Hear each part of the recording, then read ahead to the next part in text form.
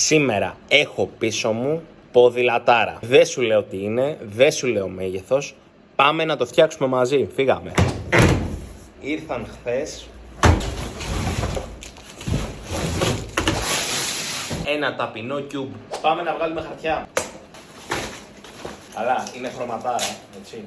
Το cube aim 1 29 μέγεθος large. Πάμε να βάλουμε το τιμόνι. Έλα. Κλασικά αλενάκι.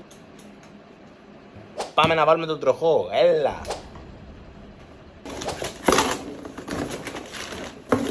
Ο τροχός κάθεται πάνω στην ανάρτηση με quick release, οπότε δεν χρειάζεται κλειδιά για να το βγάλεις. Εδώ με το χεράκι. Πάμε να βάλουμε τη σέλα.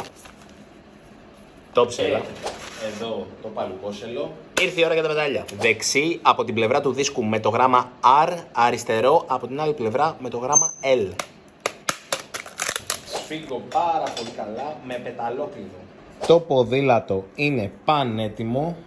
Cube Aim 1 29 λοιπόν. Θα το βρεις στο κατάστημά μας, στο e-shop μας, πάντως θα το βρεις σε εμάς. Like, follow, φιλιά. Τα λέμε.